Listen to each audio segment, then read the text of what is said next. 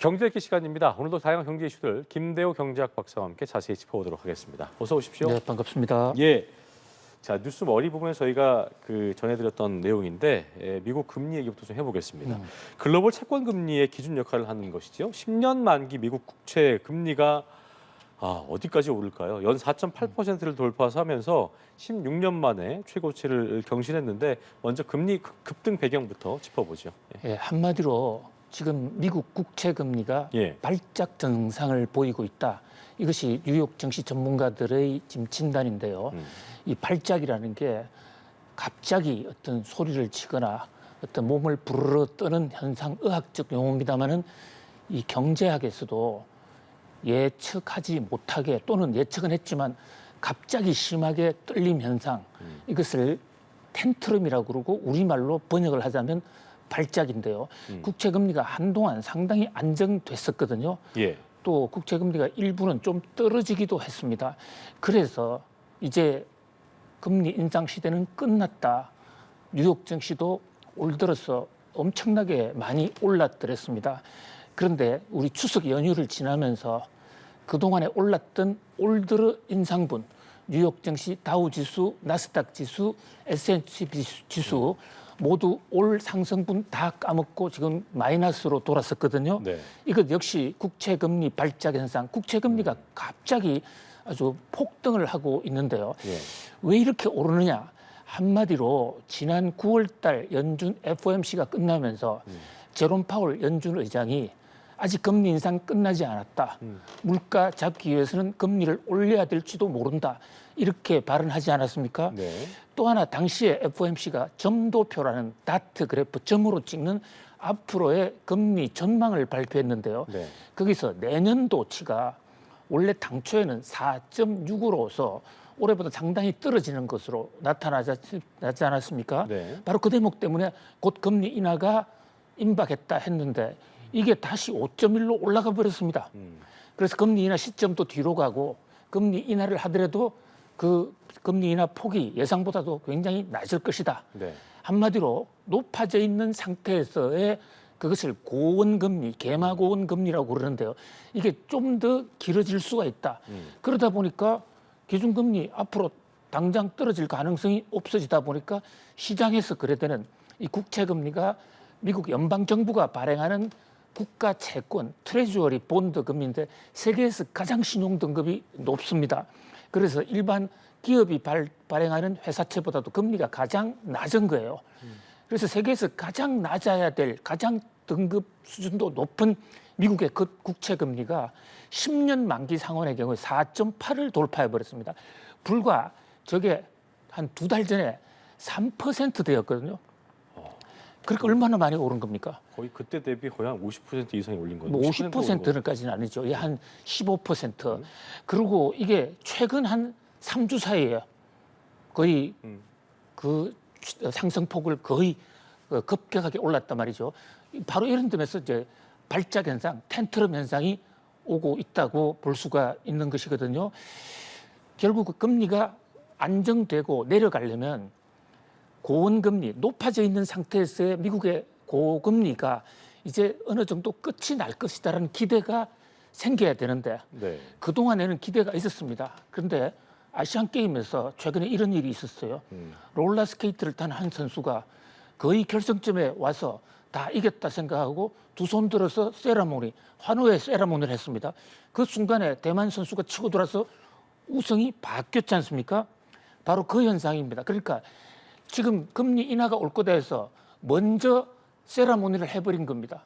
그것을 뭐 경제학자들은 흔히 샴페인을 일찍 터뜨렸다고 그러는데 뉴욕 증시가 이제 올랐던 것도 샴페인을 먼저 터뜨렸다. 따라서 지금 국채 금리가 오른 것은요, 사실상 우리 연합뉴스 TV에서도 여러 번 방송해드렸지만 고원금리가 좀 오래 갈 수 있다라고 말씀드렸는데 그런 전문가를 얘기를 이제 듣지 않은 일부 뉴욕 정치 투자가들이 이제는 금리 인상 끝났어, 금리 인하될 거야 하고 성급하게 샴페인을 터뜨린 사람, 그런 사람 때문에 뉴욕 증시가 상반기에 크게 올랐다가 지금은 오히려 더 크게 떨어지는 그런 상황을 맞고 있다.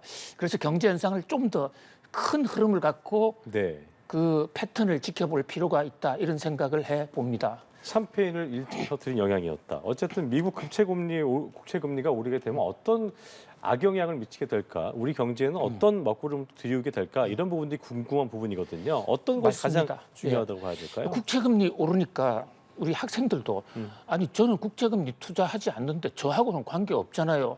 이렇게 얘기를 합니다. 그거는 하나만 알고 열을 놓치는 아주 위험한 발상이죠. 네. 우리가 투자하지 않더라도 그 영향은 바로 우리 호주머니에까지 와 있습니다. 자, 국채금리가 올라가면 우선 미국의 금리가 올라가면 네. 세계 자본은 금리 높은 쪽으로 오락가락 그 쉬프트 옮겨 다니기 때문에 우리는 가만히 있더라도 미국 국채 금리가 오르면 한국의 자금이 마를 수가 있습니다. 그래서 주가도 떨어지고 한국의 금리가 더 올라갈 수도 있고요.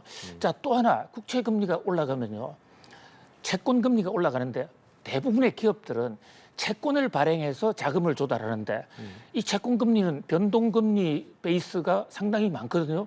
그러면 지금 채권을 발행해서 3년 후, 5년 후 돈을 갚아야 되는데 금리가 올라간다?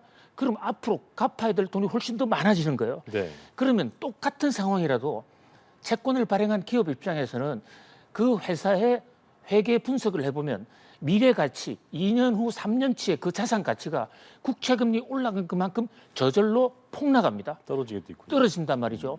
그러니까 가만히 있어도 기업의 미래 가치가 떨어지면 그것은 결국 주가 하락으로 이어지는 것이거든요. 기업에 리스크가 있는 게 아닌데도 그렇습니다. 그 국채 올라가는 것만으로도. 예, 저는 이코노미스트 한 사람으로요. 네. 가장 무서운 거, 호랑이가 가장 무서워하는 것은 곶감이지 않습니까? 우리 동화에 있지만 경제하는 사람한테 가장 무서운 것은 금리입니다. 금리 앞에 장사가 없고요. 그 금리 중에서도 더 무서운 것이 세계 중심금리라고 하는 게 사실 미국 연준의 기준금리보다도 더 중요하고 더 영향을 크게 미치는 게 미국 재무부가 발행하는 바로 국채금리, 트레저리 빌 금리라는 겁니다. 예. 그게 지금 가파르게 오르고 있습니다. 예. 어쨌든 연준 금리보다 국채 금리가 더 위험하고 무서울 수 있다는 건데 어쨌든 이 같은 고금리 통화 긴축 기조가 좀 길어질 수 있다. 이런 예상에 힘이 좀 실리고 있는 상황인데요. 코로나19 당시도 그랬고 경기 부진 충격을 좀 대출로 버텨왔던 우리 자영업자분들 원리금 감당하지 못한 사례가 뭐 최근도 그랬습니다만 계속 소출할 수 있다는 우려가 나오고 있더라고요. 그렇습니다. 금리를 가파르게 올렸을 때 그 금리 인상으로 인해서 기업들이 또는 대출을 많이 받은 가게들이 흔들릴 수가 있는데 미국의 경우에 금리 인상이 자영업자나 기업에 타격을 주는 그 타임래그 일정한 시차가 있거든요. 금리를 올린다 해서 그날로 기업이 무너지는 건 아니에요. 어떤 경우에는 고정금리로 대출한 사람도 있고 예. 또 자기 돈 다른 데서 구워가지고 견딜 수도 있습니다. 그런데 이게 길어지면 아무도 못 견딥니다. 이 금리 앞에 장사가 없는 것이죠. 그 타임렉을 1년에서 1년 반으로 보는데 미국이 기준금리 올린 게 2022년 3월 달이지 않습니까? 예. 지금 1년 반 정도가 넘어가고 있습니다. 이렇게 지금이 가장 어려운 그야말로 보리고기를 지나고 있는데 우리나라 입장에서도 지금 자영업자들 그동안 다른 돈 빌려서 갚고 어떻게든지 한번 마련해 보아서 위기를 돌파하려고 했지만 드디어 이 수단 저 수단 다 쓰다가 안 돼서 무너지는 그래서 결국 연체하는 그래서 금융기관의 연체가 지금 급격히 올라가고 있는 그런 상황인데 이것은 우리나라뿐만 아니라 전 세계적인 현상으로 보여집니다. 이게 자영업자 연체율이 오르고 있는 상황에서 그렇다면 대출을 좀 받는 사람들이 좀 줄어야 될 텐데 저소득이나 중간소득 자영업자들의 대출 같은 경우는 더 좀 증가 추세를 보이고 있거든요. 그렇기 때문에 대출 부실이 확산될 수 있다 이런 우려 나오고 있는데 어떤 대책이 좀 필요할까요? 그렇습니다. 우리가 코로나 초기에 대출 상환을 유예시켜 줬습니다. 예. 그리고 그 당시에 코로나 타격으로 인해서 도산해가는 기업들을 살려주기 위해서 중급 어떤 대출 금리를 만들어서 자금 지원을 해준 그 효과가 지금 좀 나타나고 있고요. 네. 또 대출이 한계 상황을 맞으면 이 자영업자나 기업 입장에서는 그 부실 연체를 내지 않기 위해서 본인이 가능하다면 주변에 돈을 다 쓸어가서 그 네. 돈을 빚으로라도 갚아야 되겠다. 이런 자금 수요가 많이 생기거든요. 최근에 자영업자 대출 수요가 많이 느는 것은 예. 빚 갚기 위한 수요가 는다 이렇게 볼 수가 있고요. 예. 또 한편으로는 최근에 지금 부동산 분양을 많이 하고 있습니다. 부동산 분양을 하면 자동적으로 집단 대출이 그냥 중도금은 자동으로 나가거든요. 예. 그렇다 보니까 이게 그 서민들 가계 대출 또 법인 대출까지 같이 늘어나는 그야말로 금리가 올라가고 연체가 높아진 상황에서도 대출은 더 느는 이 현상이 계속 이어지면 앞으로 연체율은 6개월 후, 1년 후에 더 어떤 심해질 수 있다라는 하나의 깜빡깜빡 예고등이라고도 볼 수가 있습니다. 그러니까 한국은행 같은 경우도 자영업자 대출이 전반적으로 질이 저하가 되고 있다는 우려를 나타냈는데 정부가 할 수 있는 일이 많지는 않겠지만 어떤 것들을 좀 급선무적으로 해야 된다고 좀 보십니까? 그렇습니다. 뭐 지금 이 경제 상황 이것은 우리나라에서 야기된 것도 아니고 미국에서 미국발 금융 위기입니다. 미국 정부도 할 수 있는 일이 매우 제한되어 있습니다. 그렇군요. 그래서 현재로서 정부나 금융당국이 할 수 있는 일은 어떤 흑자 도산의 가능성을 막는 기업의 미래 가능성도 있으면서 지금 잠깐만 좀 숨통을 터주면 살아날 수 있는 기업들은 도와주되 그렇지 않은 기업들의 경우에는 결국 눈물을 머금고라도 구조조정을 해야 하는 거 아니냐. 이것을 구조조정을 하지 않을 때는 더 어려움, 그 위험의 폭탄 규모가 더 커질 수가 있거든요. 그런 면에서 정부의 현명한 판단이 필요할 것으로 보입니다. 다만 급격한 금리 인상, 그로 인한 일시적인 자금난이 생기지 않도록 정부가 어떤 긴급한 분야에서는 자금을 융통성 있게 신속하게 지원하는 그런 어떤 솔로몬의 지혜도 필요한 것으로 보입니다. 알겠습니다. 자, 환율 얘기를 좀 해볼까요? 일본 환율인데 엔달러 환율이 일본에서 심리적 저항선으로 여겨지는 구간이죠. 달러당 150엔까지 올랐다가 이제 다시 하락하는 모습을 보였는데 이게 이제 뭐 시장에선 엔화 약세에 좀 제동을 걸기 위해서 일본 당국이 개입한 거다 이런 분석 나오고 있더라고요. 어떻게 보셨습니까? 최근에요. 올해 들어서 일본 엔화에 투자한 사람들이 많습니다. 예. 그것을 흔히 우리나라 증권 시장에서는 일학기엠이라고 그럽니다. 일본 돈 좀 싸지니까 언젠가는 오를 거 아니야? 지금 쌀 때 좀 많이 사자. 자, 그런 일학기엠이 투자들이 많은데 이 사람들 지금 연휴 때 잠을 잘 이루지 못했을 겁니다. 네. 일본은 추석 명절이 없거든요. 계속 거래가 됐는데 이게 달러당 150엔 돌파. 그러니까 엔화 가치가 더 떨어진 겁니다. 그렇죠. 그러니까 앞으로 엔화가 오를 것으로 생각하고 엔화를 사 모았는데 네. 엔화 가치가 더 떨어지니까 투자 손실, 환차손이 엄청나게 오는 거죠. 자, 여기에는 두 가지 요인이 있습니다. 하나는 미국 달러가 계속 올라가니까 그 앞에는 일본 엔화가 어떻게 손을 쓸 방법이 없는 것입니다. 네. 지금 미국 금리가 오르는 것은 전 세계적인 현상이거든요. 거기다가 일본 입장에서 일본이 지금 금융 완화 정책이나 일본은 아직도 마이너스 정책을 유지하고 있는데 이것을 지금 비정상의 정상화해서 플러스 금리로 전환을 해야 되는데 아직도 일본 경제가 지금 살아나지 못하고 있기 때문에 그 전환 시점이 늦어지고 있는 것입니다. 현재와 같은 거시경제 조건이라고 그러면 올해 일본이 마이너스 금리를 정상화할 가능성이 거의 없습니다.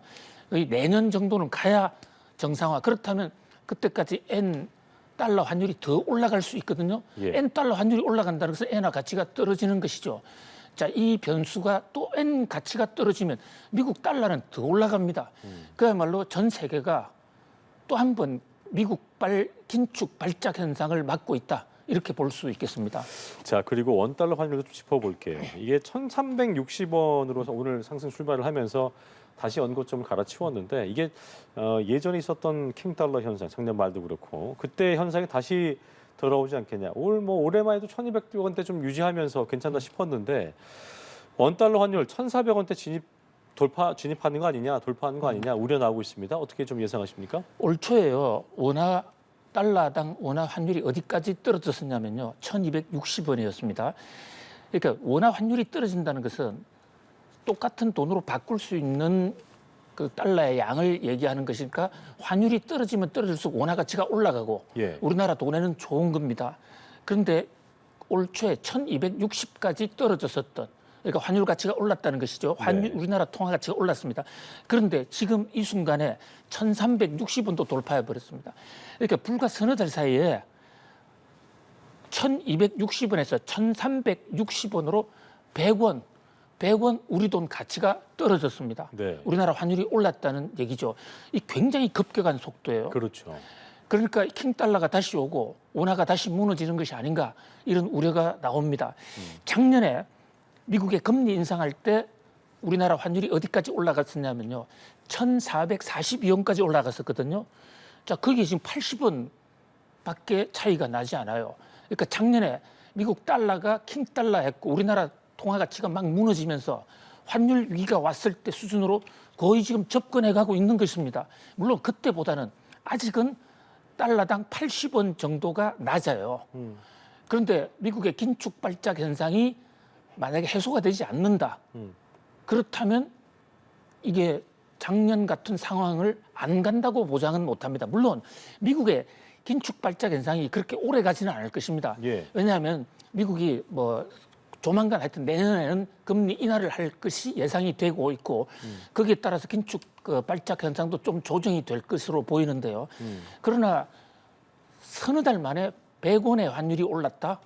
이것은 수출하는 우리나라 기업들은 정말 대박이 났고요. 예. 정말 수출업자들은 좋아졌습니다. 그런데 수입 물가 부담이 굉장히 커졌고 외국에 유학 보내는 학부모들 허리는 휘어지고 있는 환율이 굉장히 급격하게 변화하고 있는 그런 면에서 환율 변화도 시시각각 좀 매우 기민하게 좀 체크해 볼 필요가 있겠습니다. 그래야겠네요. 자, 끝으로 저희가 아까 박지원 기자의 리포트로 확인했었는데 우리나라 실물 경제를 나타내는 3대 지표 중 하나죠. 산업 생산. 요거는 이제 30개월 만에 지난달에 가장 큰 폭으로 올랐다는 소식인데요. 반도체 생산이 전달보다 13.4% 증가를 했고 지난 3월 이후에 최대 폭으로 증가를 했다고 합니다. 이게 어떻게 좀 영향이 좀 컸던 걸까요? 예, 거시경제 나라의 경제 견실도를 좌우하는 3대 지표가 있습니다. 생산 지표, 그다음에 투자 지표, 소비 지표 이게 예. 세 가지가 있는데요. 그중에 지금 생산 지표가 나온 것이거든요. 정말 생산 지표가 지금 그래픽 CG에서도 보시다시피 오랜만에 좀 개선되는 그런 모습. 생산 지표 전체 평균으로는 2.2% 상승을 했거든요. 예. 자, 이게 일단은 3대 지표 중에 하나인 생산 지표가 좋아졌다는 것은 총체적으로 한국 경제의 호재입니다. 그런데 생산이 되는 것만으로 모든 문제가 해결이 되는 것이 아니에요. 생산한 다음에 그것을 실어내야 되거든요. 이것을 경제학 용어로 출하 지수라고 그러는데 출하 지수는 오히려 지금 마이너스, 굉장히 적게 늘어났습니다. 그러다면 많이 생산했는데 실어내지 못했다. 그러면 기업의 재고로 쌓여 있는 것이거든요. 예. 그런 면에서 생산 지표가 늘어났음에도 불구하고 아직은 경기에 봄이 왔다라고 보기는 어렵다. 특히 생산 지수가 총 평균, 산업 평균 2.2% 증가했지만 다른 것뿐 별로 안 늘어나고 반도체가 집중적으로 늘었거든요. 그렇군요. 반도체 13.4% 늘었는데 예. 이 반도체 출하 지수 13.4%나 더 생산했는데 그것을 실어낸 그러니까 물건 판 실적은 3.5%까지 늘어나지 않았습니다. 지금 반도체 재고 때문에 가격이 떨어지고 우리가 반도체 아주 고통을 겪고 있지 않습니까? 예. 근데 생산은 많이 늘어나는데 출하가 되지 않고 있다? 이것은 반도체 바닥, 반도체 그 터널은 아직도 끝나지 않았다는 것을 보여주기 때문에 오히려 반도체 생산이 이렇게 급격히 늘어나면 재고가 늘어나서 반도체 그 D램 같은 이런 반도체 단가는 더 떨어질 가능성이 있습니다. 그런 면에서 마냥 좋기만 한 지표는 아니지만은 그러나 3대 지표 중에 하나가 일단 좋아졌다. 뭐 그런 면에서 어떤 그 터널 통과의 가능성을 비출 수도 있다. 여기서 소매 판매 지수만 늘어난다면 네. 생산했던 것을 판매로 이어진다면 나머지 지표도 좋아질 수가 있겠죠. 그럴 수 있겠네요. 반도체 산업의 끝이 빨리 오기, 터널이 끝이 빨리 오기를 기대해 보겠습니다. 지금까지 경제일기 김대호 박사와 함께했습니다. 오늘 말씀 고맙습니다. 감사합니다.